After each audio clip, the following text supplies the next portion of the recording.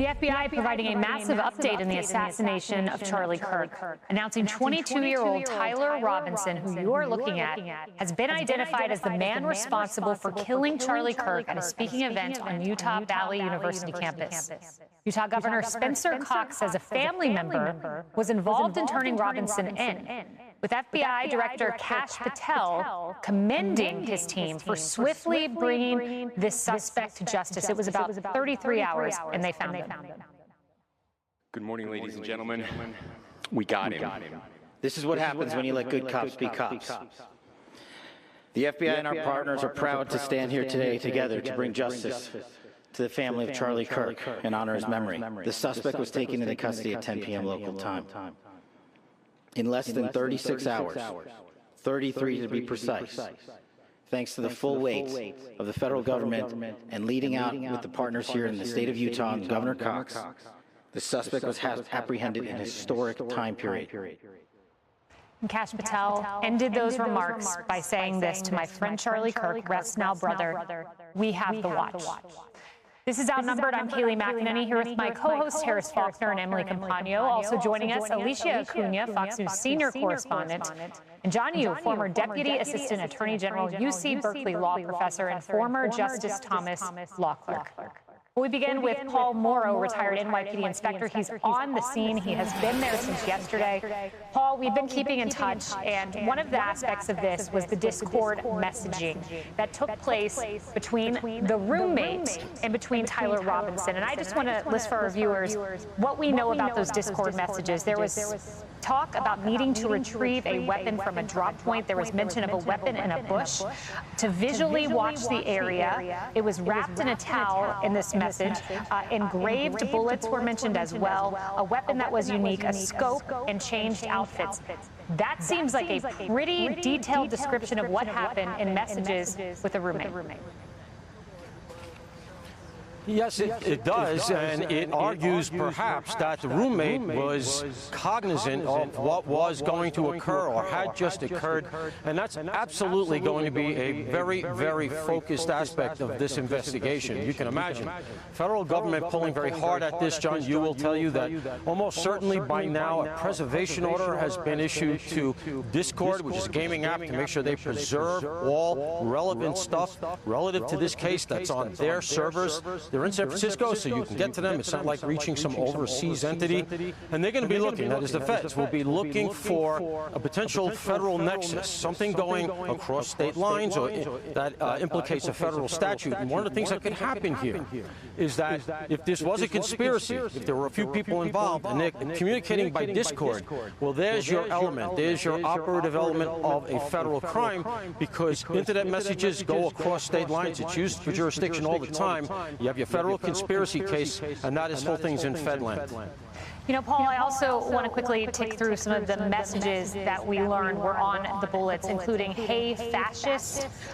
There was a mention, if you read this, quote, "You are gay, LMAO." Some of them indiscernible messages. We also know that he, in fact, was at a family dinner where he articulated that Charlie Kirk was coming to that campus, that he did not like Charlie Kirk, and that he felt Charlie Kirk was full of hate. That dinner had to have taken place in the last 6 days. That is the timeline in which Charlie Kirk announced this event. I bring up all this information because you've got the conspiracy hook there potentially for federal charges. But what about terrorism?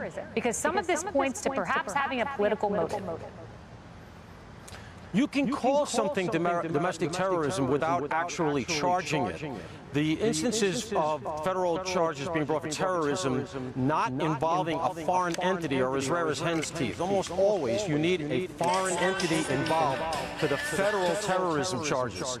So I'm skeptical of getting federal terrorism charges on this, but I don't think it really matters. In fact, I would argue you may be better off with the state charges, because state prosecutors are much more used to doing murder prosecutions, which is essentially what this is. So unless it takes an unexpected turn here, here. I think that ultimately this devolves to state court, unless I said we get this conspiracy piece.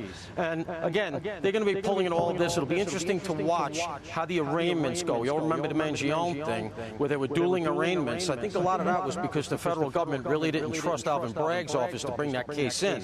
This case, I don't think they'll have those trepidations, so let's see who ends up with the arraignment and who ultimately prosecutes the case. And of course, the death penalty being an option there in Utah. Paul Morrow, thank you. We'll get back with you. But for now, let's bring in former FBI Assistant Director Chris Wecker. Chris, I want to ask you, what is happening right now? Because we've learned just a little bit, just a sliver of what the FBI knows. I imagine there are search warrants. I imagine they are pouring through devices, looking through computers, finding anything that could hint at a possible motive or possible conspiracy. Right, all of the above. Search warrants at his house, wherever he's, wherever, his car, his mobile device, his laptop, his computer, social media sites, as Paul has pointed out. And I'll reinforce what Paul just said. I agree with him 100%. I think you're going to have to they're trying to find a federal nexus here, but I think they're going to have to shoehorn something in. John can, shed more light on this, but I have scoured the statutes. I cannot find one that actually fits here that would carry the same gravity and death sentence that a Utah state first-degree murder charge would bring.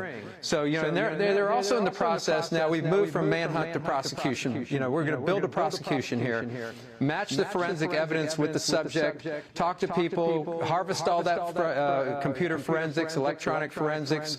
All that takes time, and he has 3 days to go before the formal charges are filed in Utah. So there's a little bit of time there, but I really, really don't think we're going to see a federal crime charged here that carries the same gravity and certainty that you would have in Utah under a state charge. Chris, last hour, 2 hours ago rather, Jim Trusty mentioned, an attorney, that there was not a prosecutor that he saw at that press conference, and that was strategic. And they strategically put out the evidence in a way that, did due diligence to what the public needs to know, but regarding and keeping mindfulness of the sanctity of the prosecution, he noted. If you're an FBI agent, how do you determine what the public should know and what you hold back? Yeah, and I'm also a former state prosecutor, so I look at it from both angles, and you have to have a lot of discipline at this stage of the proceedings to make sure that you're not giving more information than you should. I mean, there are federal guidelines, the U.S. Attorney's Manual and Department of Justice guidelines lay out what you can put out there at this stage of the proceedings, and it's pretty bare bones information. You don't want your witnesses getting their information from the media, and you don't want to feed details that aren't necessary to feed to certain witnesses. You want them to have their own recollection. So you don't want to so-called taint the prosecution in any way. You err on the side of caution. So I am a little bit surprised there wasn't a prosecutor there, because they should be there to kind of pull back on the reins if they need to. The last thing you want to do at this juncture is jeopardize a prosecution. Chris, a final question to you. There was talk this morning from the President of the United States, some details about the family member that turned Tyler Robinson in. That came, we now know, at the evening of September 11th. We've seen a lot of cases where there are family members that cover for their children, in particular parents, hide their children. Based on what the president said, it seems like perhaps the father was involved in keeping this individual detained and ultimately turning him over. The big break was a family member who came forward. Yeah, and apparently the father is a sheriff's deputy, so this is not unheard of. But it's actually the best possible scenario here, based on, and that's what they were shooting for when they put out that information and the photos and all of that, was someone close to him got the information to the right people, and they foreclosed a shootout or a suicide. So this family member did this out of compassion for the for their son or their loved one. So this is hard to do. You can imagine the gut-wrenching decision that they had to make, but it was the right thing to do. And I've seen it happen before, but it is fairly rare, as you pointed out. but this is what we wanted to happen. Yeah, and last night, you know, we were anticipating a press conference, and I was sitting there in for Jesse Waters, and I was told we're camera chasing down a street, and now it was 250 miles away. That would have been a ton of camera chasing. That was indeed happening, but now we know that it was a father, a family member that excuse me one moment in my ear, there was a family member that made that big break. Thank you very much, Chris Wecker.